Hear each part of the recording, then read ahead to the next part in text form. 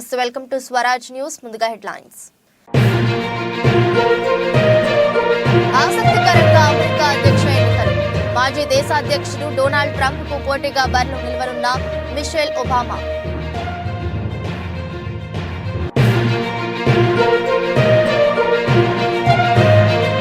జగమంత రామనామ స్మరణ. అయోధ్యలో కొలువు తీరిన బాలరామయ్య.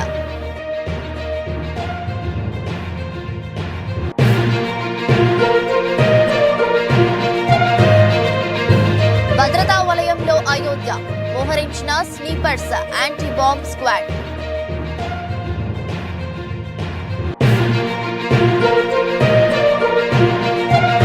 చంద్రబాబును సీఎంను చేయడమే షర్మిల లక్ష్యంగా కనిపిస్తోంది. సజ్జల సంచలన వ్యాఖ్యలు.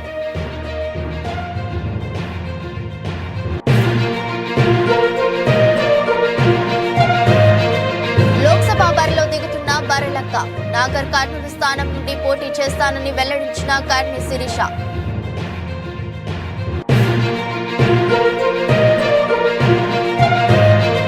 భారత్ జోడో న్యాయ యాత్రలో జై శ్రీరామ్ మోదీ నినాదాలు.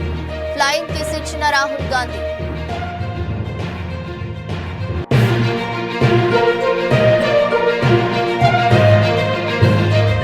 ఉప్పల్లో తొలి టెస్టు. హైదరాబాద్ చేరుకున్న ఇంగ్లాండ్.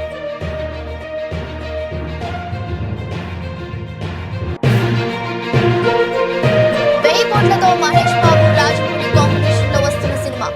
జంగిల్ అడ్వెంచరస్ మూవీగా హాలీవుడ్ స్థాయి హంగులతో తీర్చిదిద్దుపోతున్న జక్కన్న.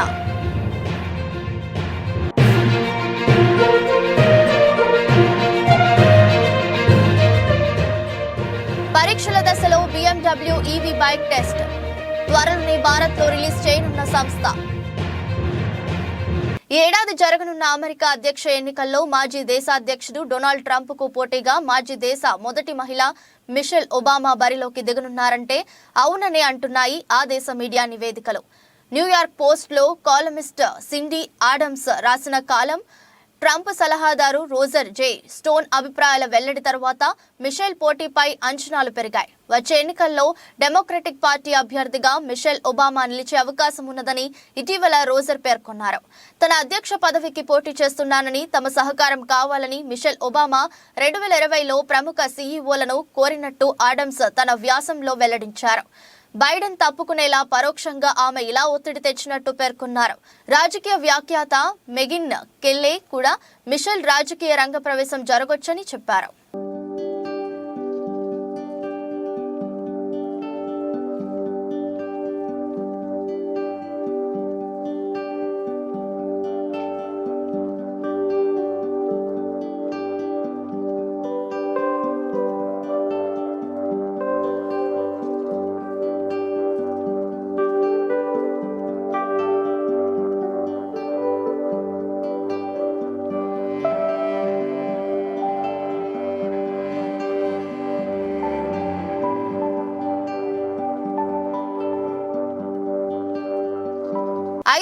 ఏళ్ల సుదీర్ఘ నిరీక్షణకు ఇవాల్టితో తెరపడనుంది. వేల మంది ప్రత్యక్ష, కోట్ల మంది పరోక్ష వీక్షణ మధ్య అభిజిల్లగ్నంలో ప్రధాని నరేంద్ర మోదీ అయోధ్య ఆలయంలో శ్రీరాముడి విగ్రహాన్ని ప్రతిష్ఠించారు. మధ్యాహ్నం 12:20 ప్రాణ ప్రతిష్ఠ కార్యక్రమం ప్రారంభమై 1 గంటకు ముగిసింది. ఆలయాన్ని సంప్రదాయ నాగర శైలిలో నిర్మించారు. 380 అడుగుల పొడవు, 250 అడుగుల వెడల్పు ఉంటుంది. 161 అడుగుల ఎత్తు ఉంటుంది. ప్రతి అంతస్తు 20 అడుగుల ఎత్తున ఉంటుంది. ఈ ఆలయ నిర్మాణంలో 392 స్తంభాలు, 44 గేట్లు ఉన్నాయి. రామ మందిరంలో ప్రతిష్ఠించనున్న విగ్రహం ఎత్తు 51 అంగుళాలు. అయోధ్యలో రాముడి విగ్రహాన్ని ప్రతిష్ఠించే సందర్భంగా రామ మందిరాన్ని రంగురంగుల విద్యుత్ దీపాలతో అలంకరించారు. పూలతో స్వర్వాంగ సుందరంగా తీర్చిదిద్దారు. అయోధ్య నగరం మొత్తం ఆధ్యాత్మిక శోభతో కలకలలాడుతోంది. రామ్ లల్లా విగ్రహ ప్రతిష్టాపన సందర్భంగా దేశవ్యాప్తంగా రామనామ స్మరణతో మారుమ్రోగుతుంది. అయోధ్య నగరం మొత్తం వేల క్వింటాళ్ల పూలతో అలంకరించారు. రామాలయాన్ని 3000 కిలోల పూలతో అలంకరించారు. అయోధ్య ధామ్లోని ప్రతి ప్రదేశం దేదీప్యమానంగా ఉంటుంది. అయోధ్యకు వెళ్లే వివిధ రహదారులను కూడా పువ్వులు, దీపాలతో అలంకరించారు. దేశంలోని వందలాది దేవాలయాల్లో రామచరిత్ మానస్ పారాయణం జరుగుతుంది. ప్రాణ ప్రతిష్ఠ కార్యక్రమాన్ని మంగళ ధ్వని మధ్య నిర్వహిస్తున్నామని రామ జన్మభూమి తీర్థక్షేత్ర ట్రస్ట్ తెలిపింది. దేశంలోని వివిధ రాష్ట్రాల్లో ప్రఖ్యాతగాంచిన 50 సంగీత వాయిద్యాలకు ఒకే వేదికపై చోటు కల్పించినట్లు ట్రస్ట్ తెలిపింది. మొత్తం 2 గంటల పాటు మంగళ ధ్వని కార్యక్రమం ఉంటుంది. రామ మందిర ప్రారంభోత్సవానికి 7,000 మంది అతిథులను ఆహ్వానించారు. వారిలో 506 మంది అత్యంత ప్రముఖులు ఉన్నారు. ఈ ఆధ్యాత్మిక కార్యక్రమంలో సినీ, వ్యాపార, క్రీడా ప్రముఖులు పాల్గొన్నారు. अयोध्या धाम के रूप में जो कि स्वयं पर ब्रह्म का ही स्वरूप है, वो इस धरा धाम के रूप में भक्तों को दर्शन देते हैं। इसके बाद आप नित्यावतार जो संत स्वरूप माने जाते हैं, उन स्वरूप में भी भगवान लगातार अपने दर्शनों के लिए भक्तों को कृतार्थ करते रहते हैं। और अब आप देखिए कि प्राण प्रतिष्ठित भगवान श्री राम इस वक्त 51 इंच की ये जो कृष्ण की मूर्ति आपके समक्ष इस वक्त जो प्रतिष्ठित हो चुकी है, भगवान श्री राम लोकाभिरामम इस वक्त मनमोह लेते हैं। और जिस तरह से लगातार पूरे प्रांगण में अयोध्या धाम में जो कि वैकुंठ का हृदय कहा जाता है, इस वक्त सिर्फ एक ही गूंज है, रघुपति राघव राजा राम पतित पावन सीताराम। सुंदर विग्रह मेघ श्याम गंगा तुलसी शालिग्राम। इस वक्त गर्भगृह में माँ गंगा विराजमान है, तुलसी विराजमान है, शालिग्राम भगवान स्वयं जो दामोदर कुंड से आए हैं वो विराजमान है। और ये सुंदर मेघ श्याम वही भगवान श्री राम जब रघुवंश के पति होते हैं तो वो रघुपति होते हैं। जब भगवान श्री राम का राज्याभिषेक होता है तो वो राजा राम होते हैं। जब वो अहिल्या माँ का उद्धार करते हैं तो वो होते हैं पतित पावन। और जब मिथिला जनकपुर धाम में जाकर मैया सीता के साथ विवाह संस्कार करते हैं तो हो जाते हैं सीताराम। लेकिन भगवान आज न रघुपति हैं, न राजा राम हैं, न पतित पावन हैं, न सीताराम हैं। वो सिर्फ और सिर्फ कौशल्या के राघव हैं। आज पौष के शुक्ल द्वादशी के पावन दिवस पर जब भगवान श्री राम पधारे हैं, प्राण प्रतिष्ठित हुए हैं, तो माँ कौशल्या अत्यंत प्रसन्न होंगी। भगवान सूर्य जिनके वंश में भगवान श्री राम ने जन्म लिया, इस वक्त जो प्रत्यक्ष दर्शन दे रहे हैं, भगवान श्री सूर्य भास्कर की किरणें नवमी के दिन भगवान के मस्तक को चूमेंगी। ऐसे प्रतिष्ठा की गई है इस मंदिर की। आप समझिए कि इस वक्त भगवान शिव नृत्य कर रहे होंगे। मैं इस वक्त जो मन में मेरे भाव आ रहा है कि इस वक्त त्रिलोकी इस वक्त विह्वल नजर आ रही होगी, भावनाओं में नजर आ रही होगी। स्वर्ग लोक में इंद्र इस वक्त मृदंग का वादन कर रहे होंगे, देवता इस वक्त नृत्य कर रहे होंगे। हनुमान लला हनुमंत लाल इस वक्त नाच नाच के श्री राम जय राम जय जय राम जो जय।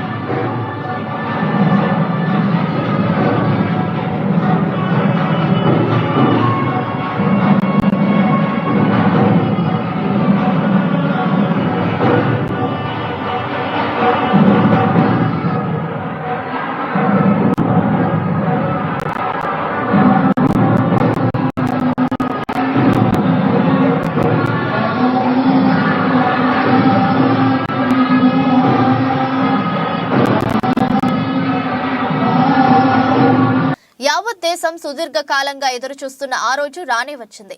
500 ఏండ్ల కల మరికొన్ని గంటల్లో సాకారం కానుంది. సోమవారం మధ్యాహ్నం చారిత్రాత్మక ఘట్టం ఆవిష్కృతం కానుంది. రాజు జన్మభూమి అయోధ్యలో బాలరాముడి విగ్రహ ప్రాణ ప్రతిష్ఠ కార్యక్రమం అంగరంగ వైభవంగా జరగనుంది. మధ్యాహ్నం 12:15 నుంచి మధ్యాహ్నం 1 గంట వరకు ఈ వేడుక జరగనుంది. ప్రధాని మోదీ చేతుల మీదుగా బాలరాముడి ప్రాణ ప్రతిష్ఠ కార్యక్రమం జరుగుతుంది. ఆలయ ప్రారంభోత్సవానికి 7,000 మంది అతిరథ మహారథులు హాజరు కానున్నారు. ఈ నేపథ్యంలో 13,000 మందితో అయోధ్యలో ప్రతిష్ఠ భద్రతను ఏర్పాటు చేశారు. ఇప్పటికే అయోధ్య నగరం భద్రతా వలయంలోకి వెళ్లిపోయింది.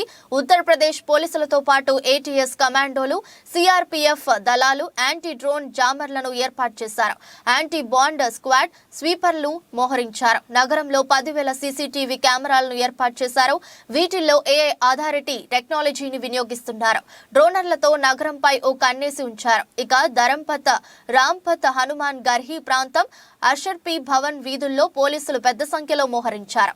సరయూ నది వెంబడి ఎన్టీఆర్ఎస్ సిబ్బందితో భద్రత ఏర్పాటు చేశారు. అయోధ్యకి వెళ్లే అన్ని మార్గాల్లో ప్రత్యేక చెక్ పోస్టులను ఏర్పాటు చేశారు. ప్రతి వాహనాన్ని క్షుణ్ణంగా తనిఖీ చేసిన తర్వాతే పంపిస్తున్నారు. అయోధ్యలో పలు మార్గాల్లో ట్రాఫిక్ ఆంక్షలు విధించారు. పాసులు ఉన్న వారికి మాత్రమే ఆలయ ప్రాంగణం వద్దకు అనుమతిస్తున్నారు.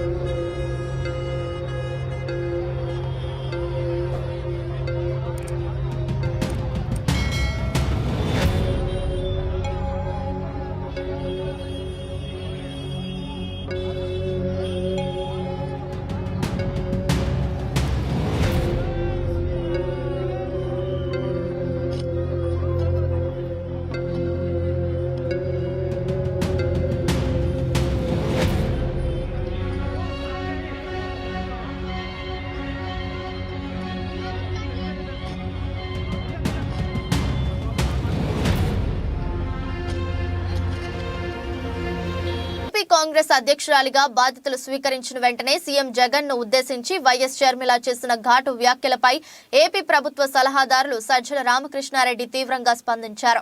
వైఎస్ షర్మిలకు సజ్జల కౌంటర్ ఇచ్చారు. ఎదురుదాడికి దిగారు. షర్మిలను చూస్తే జాలి కలుగుతుందన్నారు సజ్జల.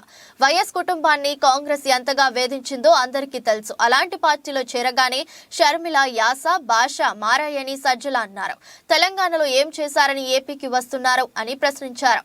వైఎస్ఆర్ ఆశయాలకు కట్టుబడి పనిచేస్తున్న జగన్ ను ప్రజలు అక్కున చేర్చుకున్నారని సజ్జల అన్నారు. రాష్ట్రంలో ఉనికి లేని పార్టీ కాంగ్రెస్.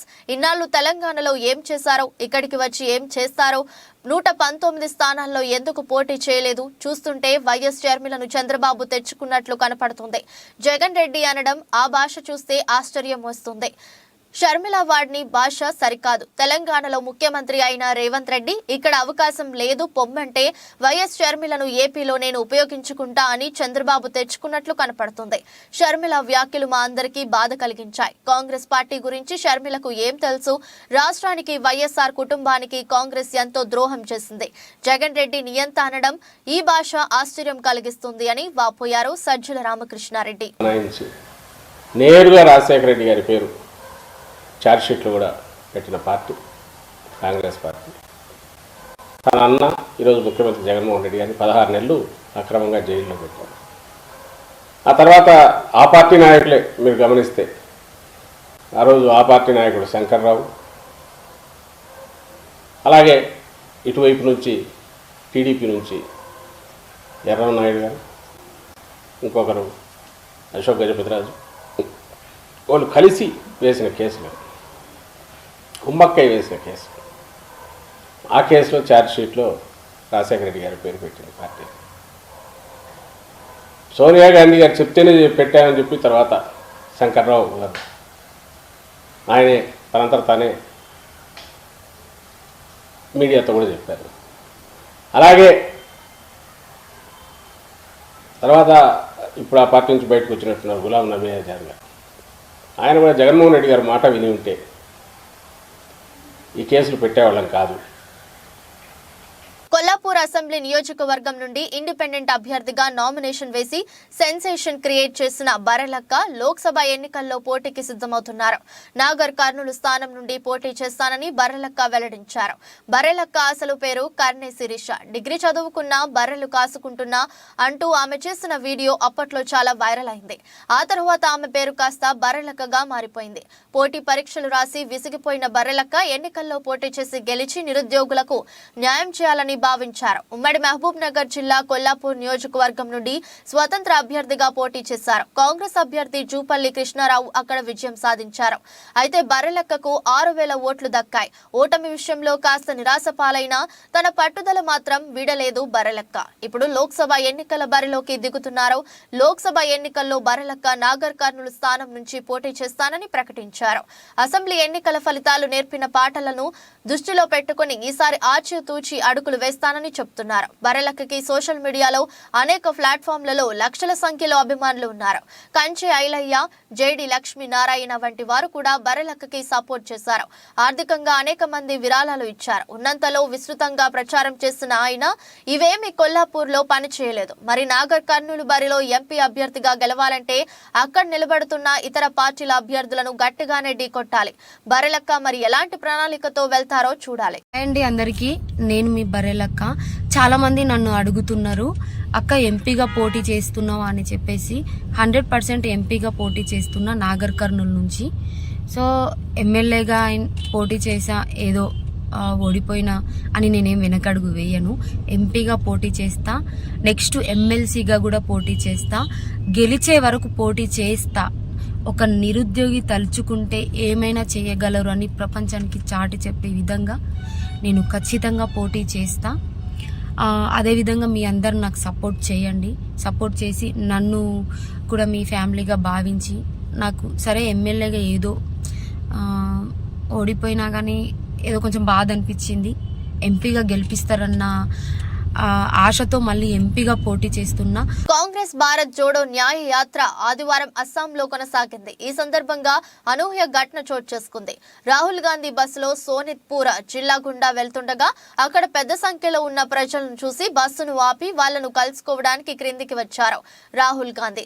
అక్కడే ఉన్న కొందరు జై శ్రీరామ్ మోదీ మోదీ అంటూ పెద్ద ఎత్తున నాదాలు చేశారు. దీంతో భద్రతా దళాల సూచనల మేరకు రాహుల్ బస్సులో కూర్చొని ప్రజలకు ఫ్లయింగ్ కిస్సులు ఇచ్చారు. కాంగ్రెస్ ఎంపీ రాహుల్ గాంధీ తలపెట్టిన భారత్ జోడో యాత్ర ఆదివారం అస్సాం చేరుకుంది. ఇందుకు సంబంధించి విడుదల చేసిన ఒక వీడియోలో రాహుల్ గాంధీ భారత్ జోడో యాత్ర బస్సు నుండి దిగారు. బీజేపీ జెండాలను పట్టుకున్న వారి వైపునకు దూసుకెళ్లారు రాహుల్ గాంధీ అక్కడికి చేరుకోగానే అక్కడ నిల్చున్న జనం జై శ్రీరామ్ మోదీ మోదీ అంటూ నాదాలు చేశారు. వారి చేతుల్లో త్రివర్ణ పతాకం కాషాయి జెండా కూడా ఉన్నాయి. అయితే కాంగ్రెస్ ఎంపీలు బస్సు దిగిన వెంటనే భద్రతా సిబ్బంది పార్టీ కార్యకర్తలు వారిని బస్సు లోపలికి తీసుకెళ్లారు.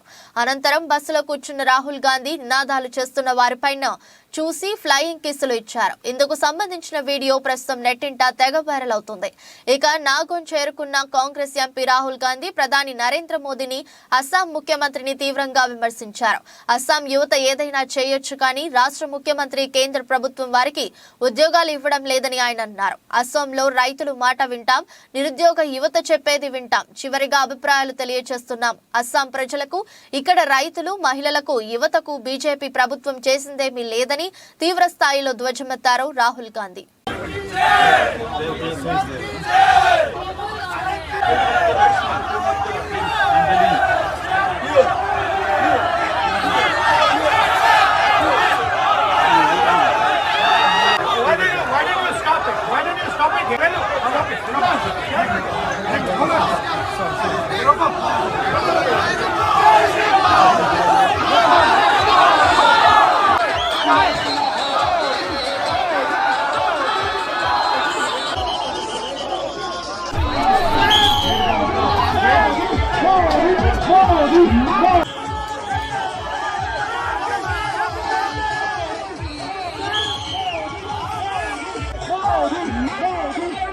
ఇంగ్లాండ్ జట్టు 5 టెస్టుల సిరీస్ కోసం భారత్ కు చేరుకుంది. తొలి టెస్టుకు వేదికైన హైదరాబాద్ బెన్ స్టోక్స్ సారథ్యంలోని ఇంగ్లీష్ జట్టు అడుగు పెట్టింది. శంషాబాద్ విమానాశ్రయంలో ఆదివారం ఫ్లైట్ దిగిన ఇంగ్లాండ్ బృందానికి అక్కడి అధికారులు పూల బొకేలతో స్వాగతం పలికారు. అనంతరం స్టోక్స్ సేన ప్రత్యేక బస్సుల్లో హోటల్కు వెళ్లింది. భారత్ ఇంగ్లాండ్ జట్ల మధ్య జనవరి 25న ఉప్పల్ స్టేడియంలో తొలి టెస్టు ప్రారంభం కానుంది. నిరుడు సొంత గడ్డపై యుషేన్ సిరీస్ 2తో డ్రా చేసుకున్న ఇంగ్లాండ్ వరల్డ్ కప్ తర్వాత వెస్టిండీస్ పర్యటనకు వెళ్లిన ఇంగ్లీష్ జట్టు అబుధాబిలో సన్నద్ధత క్యాంపులో పాల్గొంది. అక్కడి నుంచి నేరుగా స్టోక్స్ సేన భారత విమానం ఎక్కింది. 2 ఏళ్లుగా బాజ్ బాల్ ఆటోతో జోష్ మీదున్న స్టోక్స్ సేన భారత్ గడ్డపై అదే తీరుగా చెలరేగాలనే పట్టుదలతో ఉంది.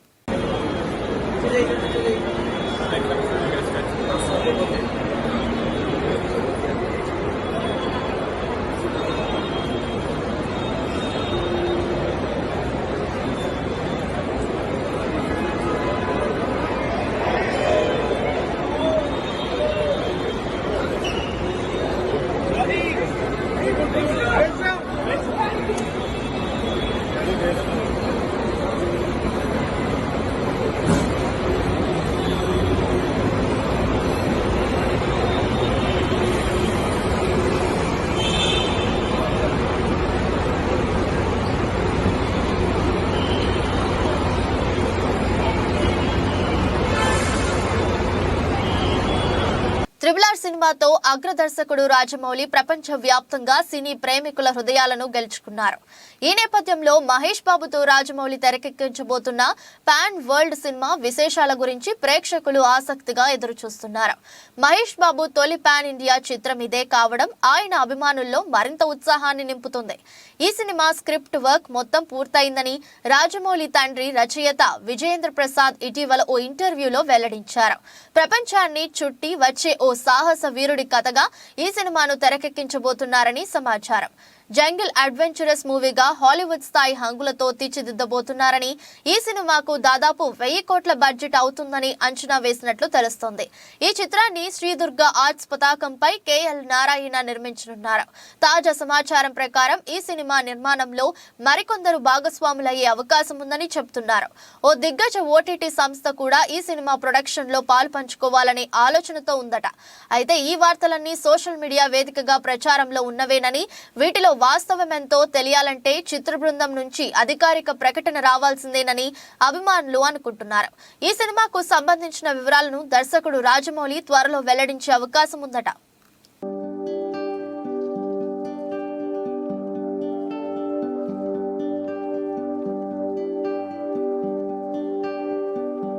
బైక్ కంపెనీలు మాత్రం ఈవీ వాహనాల రిలీజ్ విషయంలో ఆచితూచి వ్యవహరిస్తున్నాయి. ముఖ్యంగా ప్రపంచవ్యాప్తంగా BMW కంపెనీకు ఉన్న క్రేజ్ వేరు. ఈ కంపెనీ రిలీజ్ చేసే బైక్స్ పై ప్రత్యేకంగా ఆసక్తి చూపుతారు. అయితే తాజాగా BMW CE 02 గురించి ఓ వార్త హల్చల్ చేస్తుంది. BMW CE 02 ఎలక్ట్రిక్ స్కూటర్ భారతదేశంలో మరోసారి పరీక్షించారు. బెంగళూరు సమీపంలో టెస్ట్ మ్యూల్ ని కొంత ఔత్సాహికులు స్పాట్ చేశారు. ప్రపంచవ్యాప్తంగా ఈవీ వాహనాల క్రేజ్ బాగా పెరిగింది. ముఖ్యంగా పెరుగుతున్న పెట్రోల్ ధరలకు ప్రత్యామ్నాయంగా ప్రజలు ఈవీ వాహనాలను వాడడానికి ఇష్టపడుతుండటంతో వీటి డిమాండ్ అనూహ్యంగా పెరిగింది. దీంతో టాప్ కంపెనీల దగ్గర నుంచి స్టార్టప్ కంపెనీల వరకు అన్ని ఈవీ వాహనాలను రిలీజ్ చేస్తున్నాయి. అయితే లగ్జరీ బైక్ కంపెనీలు మాత్రం ఈవీ వాహనాల రిలీజ్ విషయంలో ఆచితూచి వ్యవహరిస్తున్నాయి. ముఖ్యంగా ప్రపంచవ్యాప్తంగా BMW కంపెనీకి ఉన్న క్రేజ్ వేరు. ఈ కంపెనీ రిలీజ్ చేసే బైక్స్ పై ప్రత్యేకంగా ఆసక్తి చూపుతారు. అయితే తాజాగా BMW CE 02 గురించి ఓ వార్త హల్ చేస్తుంది. BMW CE 02 ఎలక్ట్రిక్ స్కూటర్ భారతదేశంలో మరోసారి పరీక్షించారు. బెంగళూరు సమీపంలో టెస్ట్ మ్యూల్ ని కొంత ఔత్సాహికులు స్పాట్ చేశారు. ఈ నేపథ్యంలో BMW CE 02 మరిన్ని వివరాలను తెలుసుకుందాం. బయటకు వచ్చిన ఫోటోను బట్టి BMW CE 02 చాలా సులభమైన నిర్మాణాన్ని కలిగి ఉంది. పూర్తి పరిమాణ ఎలక్ట్రిక్ స్కూటర్ తో పోలిస్తే దీని టెస్ట్ మాడ్యూల్ నిష్పత్తితో చిన్నదిగా కనిపిస్తుంది. ఈ స్కూటర్ LED లైట్లతో ఆకర్షణీయంగా ఉంటుంది. ఈ స్కూటర్ బ్యాటరీతో ఫ్లాట్ సీటు, దిగువ మోటార్ ప్లేస్మెంట్ ను పొందుతుంది. CE 02 LED lighting, reverse gear, keyless operation, USB charging port, 3.5 అంగుళాల TFT స్క్రీన్, ABS వంటి ఫీచర్లను BMW అందిస్తుంది. BMW CE 02 2 kWh బ్యాటరీతో పవర్ పొందుతుంది. ఈ స్కూటర్ సింగిల్ లేదా డ్యూయల్ బ్యాటరీ సెటప్ తో వస్తుంది. ఈ స్కూటర్ 90 కిలోమీటర్ల పరిధిని అందిస్తుందని మార్కెట్ నిపుణులు అంచనా వేస్తున్నారు. అలాగే 95 కిలోమీటర్ల గరిష్ట వేగాన్ని అందించే అవకాశం ఉంది. ఇది USD పోక్స్ లో సర్దుబాటు చేయగల వెనుక షాక్లపై రైడ్ చేస్తుంది. 220 mm వెనుక డిస్క్ తో 239 mm front disc braking system అందరినీ ఆకర్షిస్తుంది. అయితే ఈ స్కూటర్ రాబోయే నెలల్లో భారతదేశంలో ప్రారంభించే అవకాశం ఉందని తెలుస్తోంది.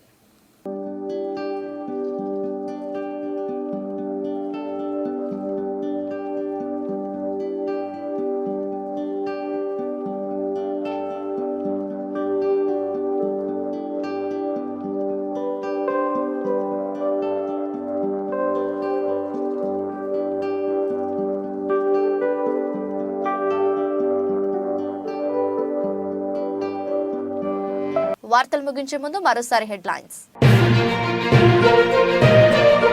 ఆసక్తికరంగా అమెరికా అధ్యక్ష ఎన్నికలు. మాజీ దేశాధ్యక్షుడు డొనాల్డ్ ట్రంప్ కు పోటీగా బరిలో నిలవనున్న మిషెల్ ఒబామా.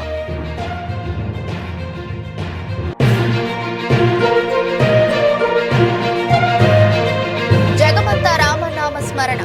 అయోధ్యలో కొలువు తీరిన బాలరామయ్య.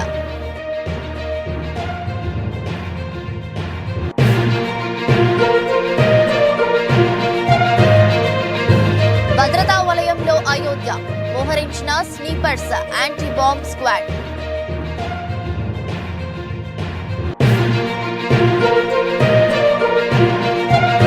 చంద్రబాబును సీఎంను చేయడమే షర్మిల లక్ష్యంగా కనిపిస్తోంది. సజ్జల సంచలన వ్యాఖ్యలు.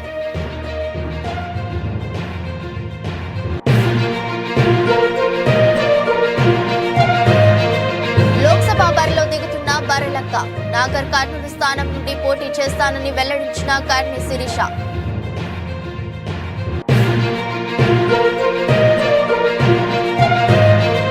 భారత్ రాహుల్ గాంధీ.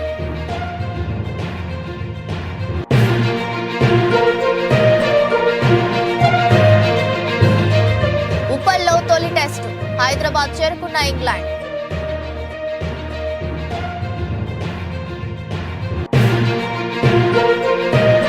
కోట్లతో మహేష్ బాబు రాజమౌళి కాంబినేషన్ లో వస్తున్న సినిమా జంగిల్ అడ్వెంచరస్ మూవీగా హాలీవుడ్ స్థాయి హంగులతో తీర్చిదిద్దుపోతున్న జక్కన్న.